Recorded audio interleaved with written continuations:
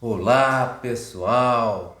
Estamos de volta para mais uma gravação sobre a psicologia analítica. Hoje nós vamos falar sobre um tema maravilhoso, um tema que é conhecido e é debatido nos quatro cantos do mundo, nos quatro cantos da Terra.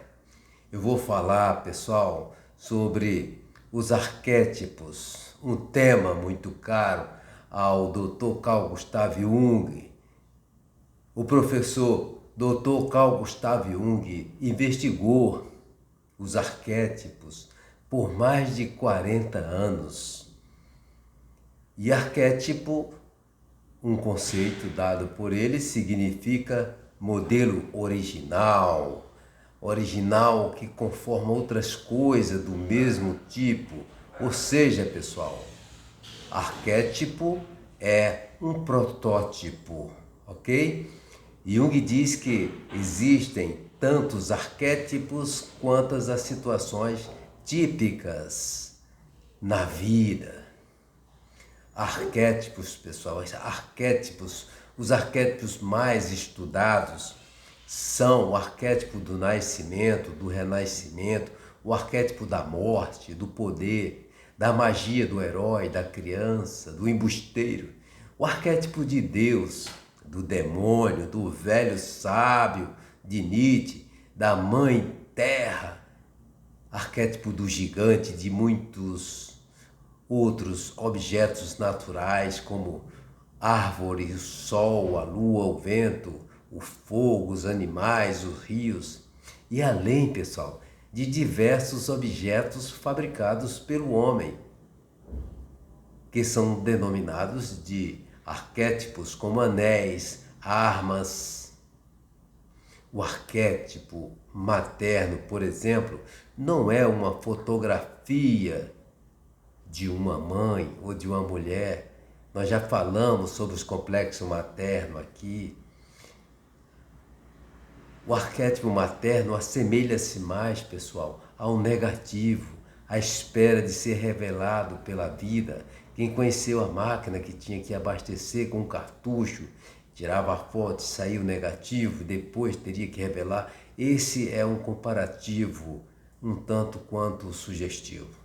Jung diz que uma imagem primordial só é determinada quanto ao conteúdo depois que se torna consciente. Enquanto não consciente, pessoal, não acontece nada e está, portanto, preenchido pelo material da experiência consciente.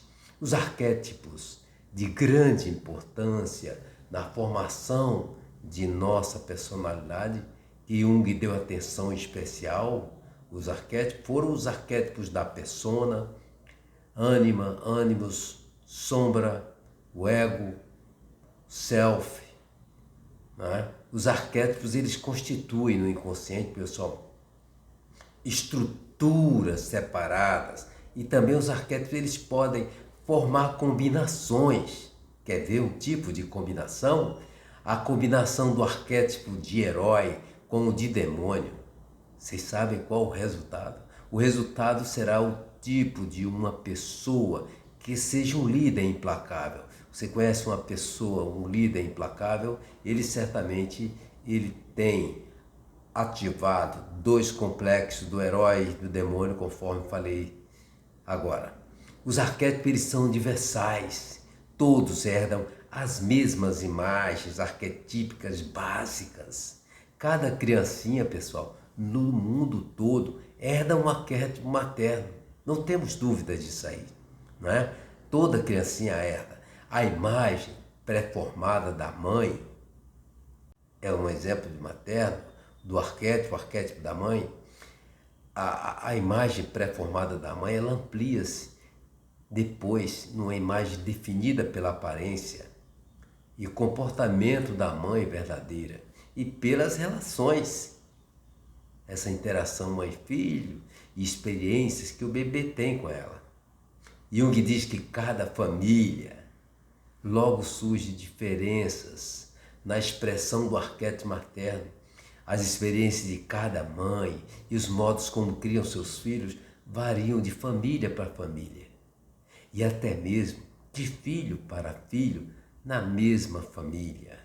Isso é um fato. Jung diz que quando ocorre ou ocorreu a diferenciação racial, surgiram diferenças essenciais no inconsciente coletivo das diversas raças. Pessoal, ainda nesse contexto, Jung ressaltou sobre os principais arquétipos que nos acompanham no dia a dia, que faz parte da nossa psique, que mexe e que transforma nossas vidas. São 4 arquétipos que desempenham papéis importantes na personalidade de qualquer indivíduo. Quando o indivíduo ele fica preso a uma única persona e os demais aspectos da personalidade, é um momento difícil do indivíduo. Por isso a gente vai falar um pouco sobre o tema persona, o arquétipo da persona. O arquétipo da persona, pessoal,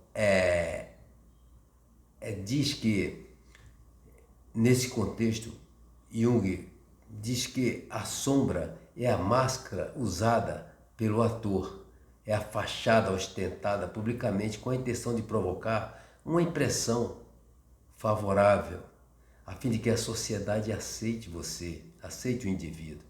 É um personagem, é uma máscara, é uma personalidade. A persona é objetivo e semelhante à possibilidade do indivíduo compor uma personagem que não necessariamente seja ele mesmo. Jung diz que todos os arquétipos são importantes, devem ser proveitosos para o indivíduo.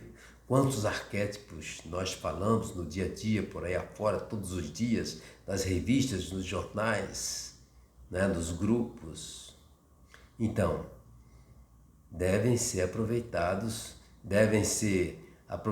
pelo indivíduo, caso contrário não teria sido ou sentido fazer parte da vida do homem. A persona, pessoal, é imprescindível à sobrevivência do indivíduo. A persona do pai, a persona do médico, a persona do professor, a persona do tio, a persona do empresário, a persona do militar, a persona do ator, da atriz. Quer dizer, a persona é imprescindível à sobrevivência do indivíduo. Ela nos torna capaz de conviver com as pessoas, inclusive com as que nos desagradam. A persona, pessoal, é um arquétipo inato, você nasce com ele. Por exemplo, a persona da casa pode ser diferente usada no trabalho, não é? A persona no golfe, no pôquer, quando você está com os amigos. Podemos usar várias máscaras. Todas essas máscaras constituem a nossa persona. O indivíduo de diversas máscaras está simplesmente conformando-se de diferentes maneiras a situações diversas. Pessoal, o papel da persona é prejudicial e é benéfico. É prejudicial no caso que o indivíduo está governado quando o indivíduo está governado por uma única persona. O ego se identifica com a persona. Ele é um policial, chega em casa é policial também. Ele é um juiz, chega em casa é juiz também. Ele é um professor, chega em casa é professor também. Ele fica alheio à sua natureza. Daí o pessoal vive em estado de tensão. É a razão do conflito que entre a sua persona subdesenvolvida e as partes subdesenvolvidas de sua personalidade. Nós chamamos isso aí de inflação, a identificação do ego com a persona. O indivíduo que tem um senso exagerado da própria importância. E isso é decorrente do modo muito eficaz, muito robusto, com que desempenha um papel. Ele projeta seu papel nos demais e exige que desempenhe um papel idêntico ao seu. Ele quer que todo mundo seja igual a você, a ele. Se ele está em posição de comando, ele inferniza a existência dos que se encontram sob a sua autoridade. Jung diz que os pais que projetam nos filhos as próprias personas ocorrem resultados infelizes, compromete totalmente a psique, principalmente quando criança, quando ainda jovem, os filhos sofrem quando os pais projetam suas personas, seus desejos. É preciso desinflar a persona. Essa é a orientação para permitir que os demais aspectos da natureza do indivíduo, da natureza individual, se firmem. Jung assevera que é um empreendimento difícil fazer isso, para quem levou anos se identificando com a persona superdesenvolvida. Pessoal, a persona faz parte da existência humana. Nós precisamos encontrar a sua expressão. O Jung qualificou a persona de face externa da psique. É a face externa, é aquela face que nós mostramos para o mundo, para a nossa convivência coletiva. É a face que é vista pelo mundo todo. Pessoal, outros arquétipos que falaremos também dentro desses 4 que eu citei, vou falar sobre ânima e ânimos. É um tema fabuloso, todos conhecem, eu já falei anteriormente, mas vou falar de ânima e ânimos comparando. Pessoal, nós sabemos, falei nos vídeos anteriores, que Jung denominou a ânima e o ânimo faces internas da psique, no caso, a ânima nos homens e o ânimos na mulher. Cada um de nós possui qualidade do sexo oposto. No sentido biológico, sabemos que tanto o homem quanto a mulher secretam hormônios masculino e feminino, mas também no sentido psicológico das atitudes e sentimentos, ânima e ânimos projetam-se no sexo oposto, que são os responsáveis pela qualidade das relações entre sexos. O homem, pessoal, o homem desenvolveu o arquétipo da ânima pelo relacionamento continuado com mulheres durante muitas gerações. Tem homem que tem uma melhor relação com a mulher, tem outros que têm uma relação mais ou menos, e tem outros que não se relacionam com mulheres. Isso está relacionado ao arquétipo da ânima. A mulher desenvolveu seu arquétipo de ânimos pelo relacionamento com os homens durante gerações. A mulher interagindo um com o outro durante gerações, homem e mulher, cada sexo adquiriu característica do sexo oposto que facilitam, pessoal, essas características dos sexos que se misturam para a sobrevivência, para se relacionar, facilitam respostas adequadas e a compreensão um do outro.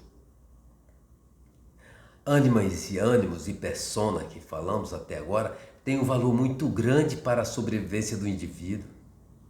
A persona é a cara que você mostra na sociedade, para onde você vai. A ânima é a parte feminina do homem, o ânimos é a parte masculina da mulher. Na relação homem-mulher, para que a personalidade seja bem ajustada e harmoniosamente equilibrada, o lado feminino da personalidade do homem e o lado masculino da personalidade da mulher devem poder expressar-se na consciência e no comportamento para você ter uma vida harmoniosa. Pessoal, quando um homem só revela traços masculinos, os seus traços femininos permanecem conscientes e por isso não se desenvolvem e continuam primitivos. Assim, confere ao inconsciente uma qualidade de fraqueza e impressionalidade. Ainda, pessoal, nesse contexto, nesse pensamento, os homens que se mostram mais viris na aparência e no modo de agir são com frequência internamente fracos e submissos. Por outro lado, a mulher que aparenta uma feminilidade excessiva exterior, talvez, Jung diz, traga no inconsciente qualidades de teimosia, obstinação, muitas vezes presentes no comportamento externo do homem. Todo homem leva dentro de si a imagem eterna de uma mulher.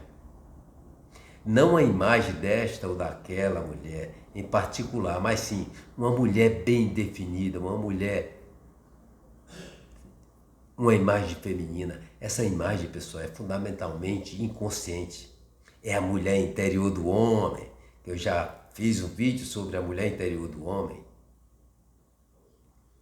Ainda nesse contexto, pessoal, um fator hereditário de origem primordial, o arquétipo gravado no sistema vivo e orgânico do homem, ele trata-se de uma impressão. O arquétipo de todas as experiências ancestrais da fêmea é um depósito, mais ou menos assim, de todas as impressões deixadas pela mulher na vida do homem. Essa imagem, por ser inconsciente, é sempre projetada na pessoa amada e constitui um dos principais motivos da atração apaixonada ou, por outro lado, a aversão, a raiva, o ódio, a rejeição. A primeira projeção, pessoal, da ânima é feita na mãe. A primeira projeção do ânimos é feita no pai. Durante a atração apaixonada, a mulher possuirá os mesmos traços de sua imagem ânima da mulher. Pessoal, no tangente à aversão, que eu falei, que é a paixão ou aversão, a mulher, entre homens e mulheres, a mulher estará dotada de qualidades que entram em conflito com sua imagem. O mesmo acontece com a mulher.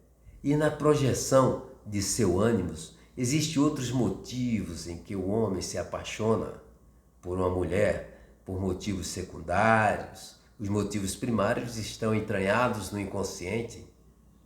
Quando um casal se apaixona, entranhados no inconsciente, eles vivem por toda a vida, até o final.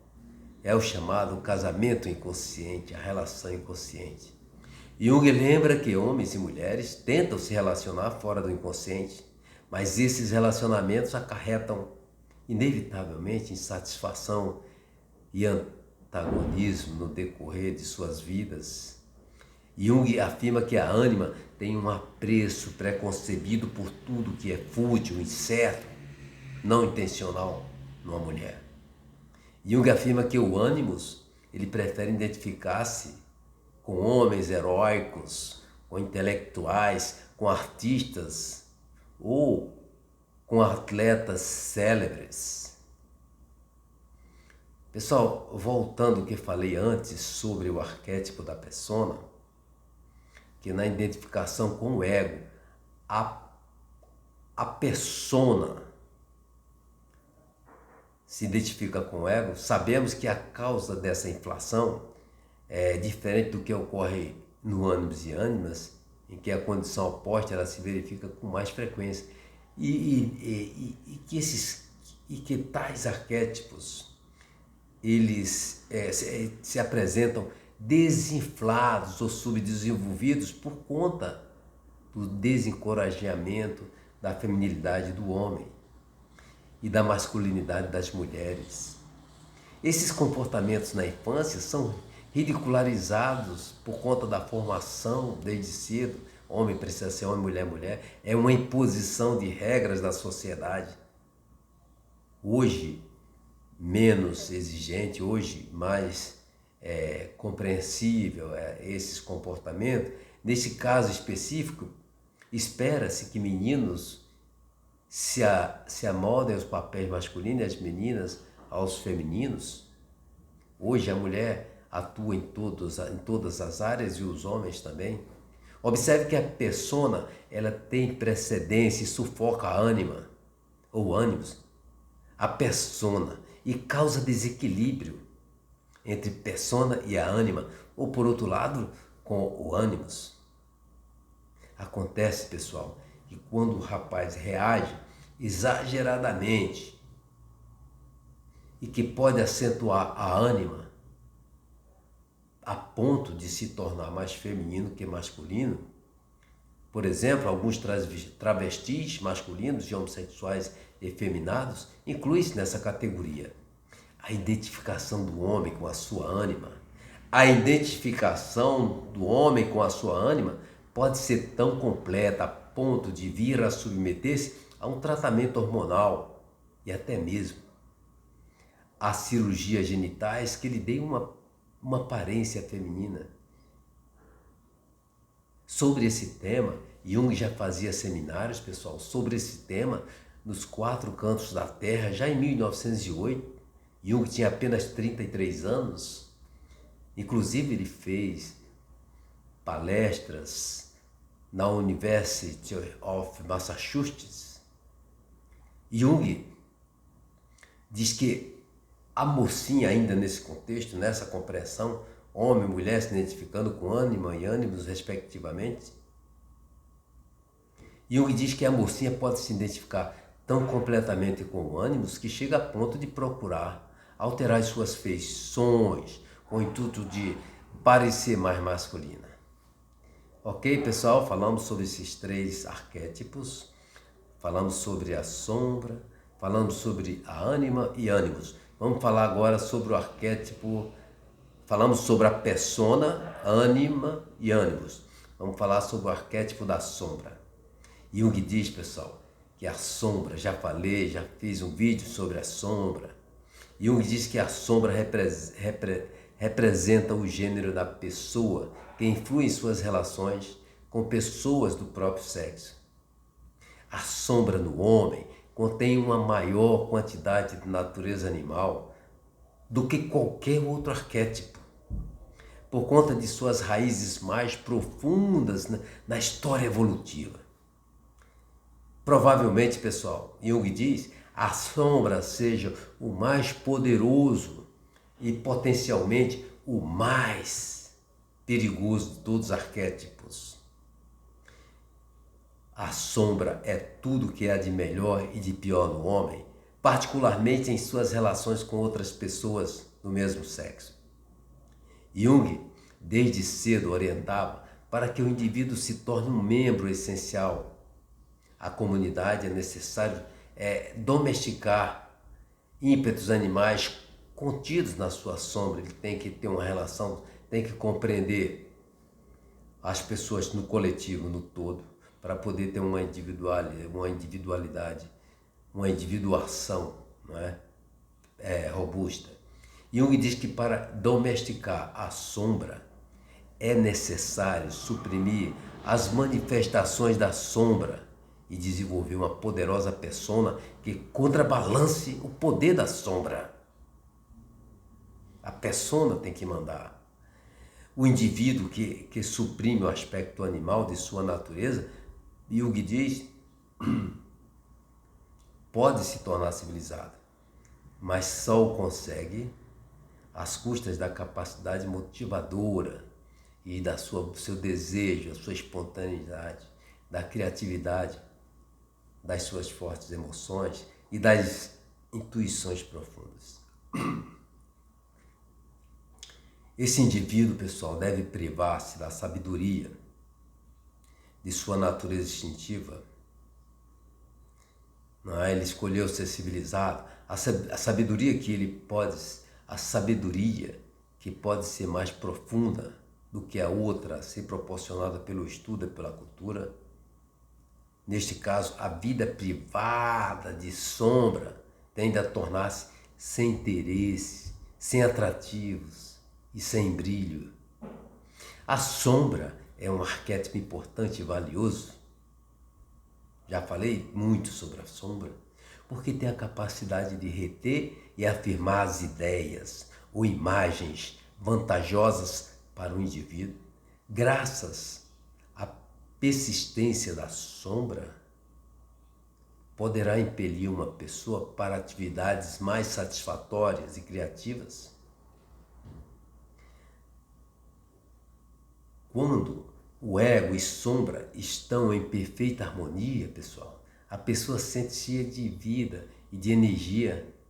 O ego ele canaliza em lugar de obstruir as forças vindas dos instintos. O ego facilita tudo. Quando o ego e a sombra estão em harmonia, a consciência se expande e a vida mental ela fica cheia de poder, de vitalidade. A pessoa entende tudo, compreende tudo. A pessoa se sente mais ativa e vigorosa. A sombra dos homens e das mulheres tende a projetar os impulsos das suas sombras, rejeitadas nos outros homens, mulheres, de modo que entre eles e elas surge com frequência, eu já falei sobre isso, sentimentos negativos.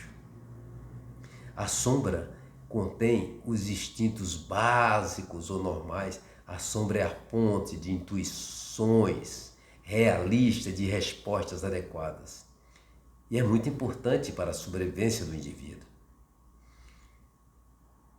Pessoal, falamos sobre a sombra, sobre os 4 arquétipos. Agora eu vou falar sobre o principal arquétipo, aquele que coordena tudo, aquele que está na manobra estrutural, organizacional. Eu estou falando do arquétipo do self. É o conceito de personalidade total, o self ou psique. É um aspecto central da psicologia analítica, da psicologia junguiana. É o princípio, o self é o princípio organizador da personalidade. É o principal arquétipo do inconsciente. Jung compara ao Sol, assim como o Sol é o centro do sistema solar, é o self o centro da psique, é o arquétipo da ordem, da organização e da unificação. O self, como ordenador, organizador, unificador da psique, ele atrai para si, ele harmoniza os demais arquétipos. E suas atuações nos complexos e na consciência são extremamente decisivas. O self ele une a personalidade, conferindo um senso de unidade e firmeza. Quando uma pessoa declara sentir-se em paz consigo mesmo e com o mundo, podemos estar certos de que o arquétipo do self está ali atuando, exercendo com todo o poder e eficácia o seu trabalho. Por outro lado, pessoal, quando está fora dos eixos e insatisfeita a pessoa, há conflitos sérios, mais sérios. A impressão é que a vida está desmoronando. É porque o self não está atuando de modo conveniente. A meta final de qualquer personalidade, pessoal, é o estado de autorrealização e de conhecimento do próprio self. É uma tarefa demorada, segundo Jung. Jung assevera que o arquétipo do self ele só se torna evidente na maturidade, visto ser preciso que a personalidade ela chegue ao desenvolvimento para que o self possa se manifestar de um modo mais ou menos completo. Ainda, pessoal, nesse contexto, é necessário que tudo se torne consciente para que se processe o efeito de individuação da personalidade. Jung diz que só se pode se compreender o self por meio dos sonhos, por meio da imaginação ativa. Mais importante ainda, por meio das verdadeiras experiências religiosas. Jung diz que a pessoa que não conhece o próprio self inconsciente projeta nos outros elementos reprimidos do próprio inconsciente. Essa pessoa responsabiliza as pessoas ao seu redor por seus erros não reconhecidos e criticando-os, condenando e continua projetando o tempo todo uma parte inconsciente de si. Jung diz que a consciência de si vai revelar e integrar tais projeções e o indivíduo ele deixar de sentir-se obrigado a procurar vítimas para suas práticas e desprezo. O relacionamento é dessas pessoas com outras pessoas, dessas pessoas no coletivo, melhora. Você sente alimentando sua perceptibilidade. Jung diz, pessoal, que por meio do desenvolvimento do self, o homem fica motivado para aumentar a consciência, a percepção, a compreensão. E ele tem um rumo próprio da sua vida, ele é firme na direção que está indo. O arquétipo do self, ele figurou ser o resultado mais importante das investigações junguianas sobre o inconsciente coletivo. Jung descobriu o arquétipo do self depois de haver completado os intensos estudos e escritos sobre os outros arquétipos. O self, pessoal, é a meta de nossa existência, por ser ele a mais complexa expressão da combinação a que estamos fadados e que denominamos individualidade. Pessoal, falamos sobre os arquétipos, espero que vocês tenham gostado. Muito obrigado.